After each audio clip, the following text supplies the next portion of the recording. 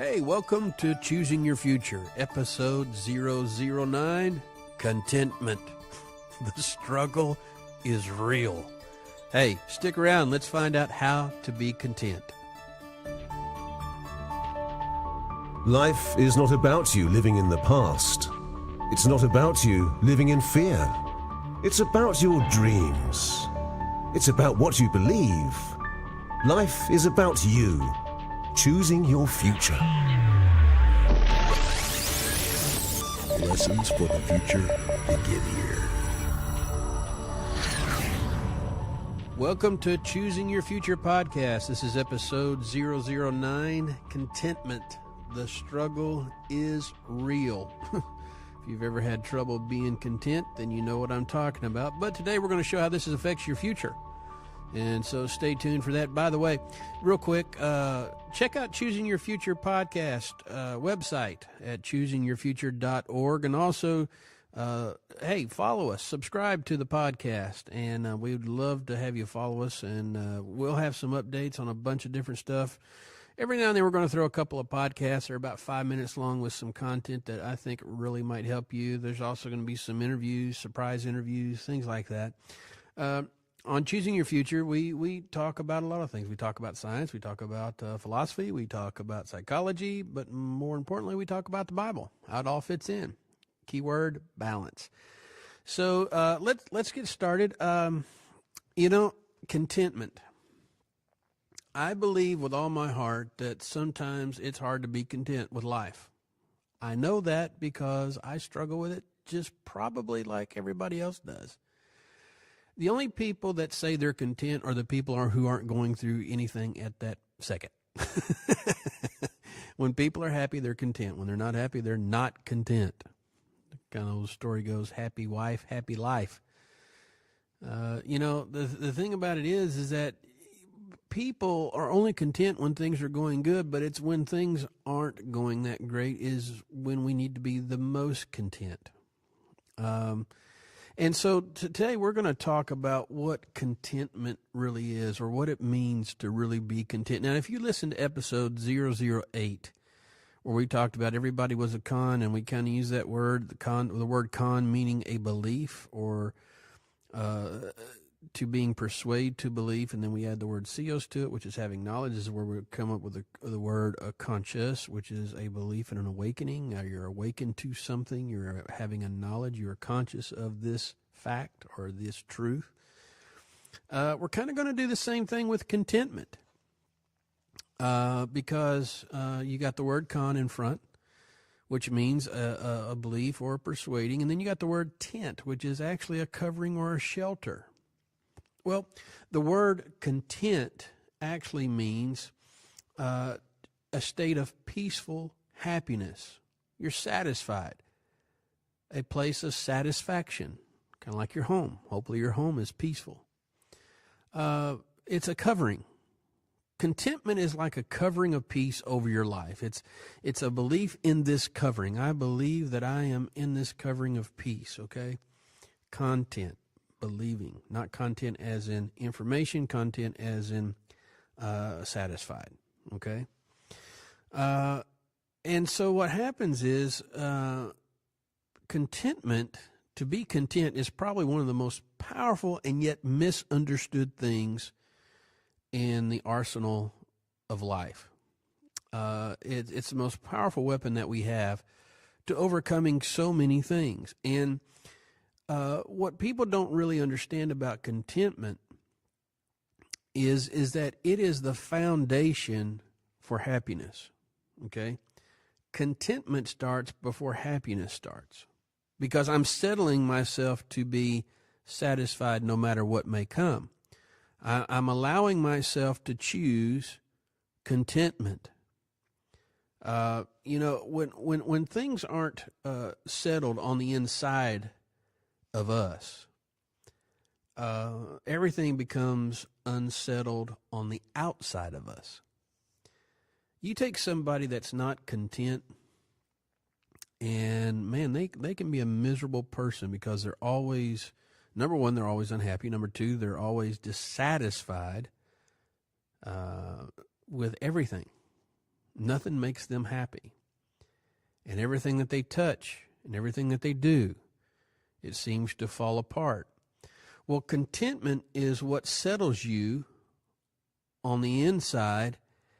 And when things come that don't go our way, we can still find a sense of peace and satisfaction. Now, I don't know if you figured this out or not, but just in case you're kind of new to life, everything is never going to go your way. It just doesn't happen. Things don't always go our way in life. And sometimes we encounter things, obstacles, challenges, okay? But in order to overcome those challenges, I'm going to have to choose to be content. That's going to be the foundation of everything that there is. I had the, I want to tell this story. I had the honest privilege of meeting a gentleman by the name of Manuel Quesada. Now, he's a cigar maker, and I just happened to meet him, and we got to talking, and he said, well, I do this. I said, well, let me ask you, how did you get started in this? Because I love to hear stories about how people get started. And he said, well, I am a fourth generation cigar maker. I was born in Cuba, and when we donated our land to Cuba, and I was like, you mean when the government took your land? He said, no. He said, I choose not to say it that way. He said, I choose to say we donated our land. I thought, okay, this guy's got my attention. He said, my father gave me $100 and 4 bales of tobacco, and he said, you're on your own. He said, Charlie, all I had was that 4 bales of tobacco, $100, and a shack.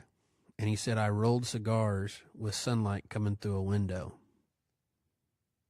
I was like, you got to be kidding me. He said, no. I said, so you built this huge empire off of that? He said, yes. I said, well, what's the biggest struggles you had? He said, I don't have struggles. I have challenges. He said, everything is a challenge, not a struggle, because I can overcome challenges. And as I'm looking and listening to this guy, I'm picking him up on his contentment with life. He was content. He was satisfied. And in all these obstacles that he struggled on the outside that were coming against him, it was his contentment, his satisfying for life, knowing what he was supposed to do. He had a passion, he had a dream. He was able to overcome obstacles. So contentment is the very thing that allows you to overcome the obstacles in your life. It's an amazing story. One day I may tell the whole thing, but amazing story. But contentment is what settles you. It's what settles you that when things come against you, you're still able to persevere, endure, and overcome. So contentment is a foundation for happiness. You know what? We're living in a day and time where people are getting rid of stuff. I mean, they are becoming minimalist. I mean, you even see the minimalist backpacks, and everybody's trying to get rid of stuff and not carry so much stuff to work and carry so much things with them wherever they go. And we're trying to find contentment in the small things, and that's a great thing. That means society in a whole is probably heading in the right direction. However, you can be minimalist on the outside and be overburdened on the inside.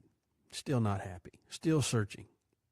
Well, contentment on the inside is where you find this peace, you find this happiness on the inside, and you're able to endure all kinds of things on the outside. Now, let me say this, discontentment, however, disconnecting from a belief of a covering, if you will, discontent, or, that's where, I'm going to be honest with you, it leads to the birthings of lawlessness. When people are discontent, they start breaking the rules of life. When people are discontent, they become bitter. They become jealous.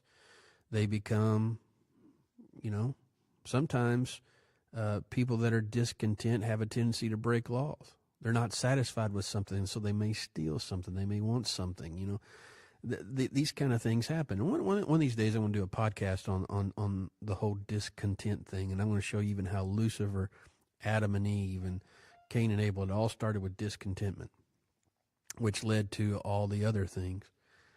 But discontentment is the breeding ground for lawlessness. It gives birth to lawlessness. When contentment, it embraces the peace, and it's a choice. It's, I'm going to be content in this, but it's got to start on the inside. I want to read to you Philippians 4, verses 10 through 12. And this is Paul talking.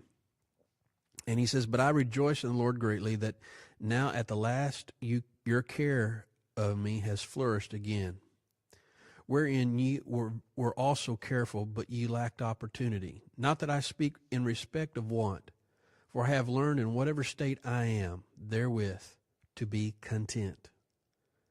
I know both how to be abased, and I know how to abound, and everywhere and in all things I am instructed both to be full, to be hungry, both to abound and to suffer need." Paul's saying, look, I've been in every situation possible. I've been shipwrecked. I've been almost murdered. I've been hungry. I've had plenty. I've had it all. But what has made my life work and what has made my life effective is my contentment in all things. It's easy to complain. It is so easy to complain. It's easy to complain about life. It's easy to complain about others. It's easy to complain about ourselves. But contentment is a realization that, you know what? I've got to make a choice that I'm going to be at peace. I don't care what's going on all around me, but on the inside, I have a belief in a covering, a contentment, if you will, that I'm going to be okay. If it doesn't work out the way I want it, it's okay. There's another plan. There's another method. There's another way. There's another opportunity. If it doesn't work out the way I think it should, I am content. Because you know what? There's something better on the other side of this thing. And you know what? If I have plenty, I'm going to be content. I'm going to be satisfied with everything that I have because you know what? I realize there's others that aren't as blessed as I am. See, contentment not only works in the negative, but it also works in the positive. And I'm a huge believer is one of the reasons why we aren't content in the things when we lack, it's because we aren't content when we've had it good. We're ungrateful sometimes. And, that sounds hard, but it's true. Contentment is a form of thankfulness. You're at peace knowing that, I'm okay. I don't need things in life to satisfy me. I don't need things on the outside because contentment is about what's inside me. Now, some of you may be feeling like, I don't feel like I have anything. It's like chaos inside. You know what? Take a deep breath. Just take a big, deep breath and say, you know what? I'm even going to be thankful and content with what's going on the inside of me because now I recognize that I need to get some balance in me. I need to get some peace on the inside of me. And now you start the process. Now you start the ball a rolling. You're starting to make those subtle choices, those subtle changes. When things arise, nope, I'm going to be content. And if things are going great, thanks God, but I'm still going to be content. Your life is so valuable. It's so precious. It's worth being content because God's got big plans for you.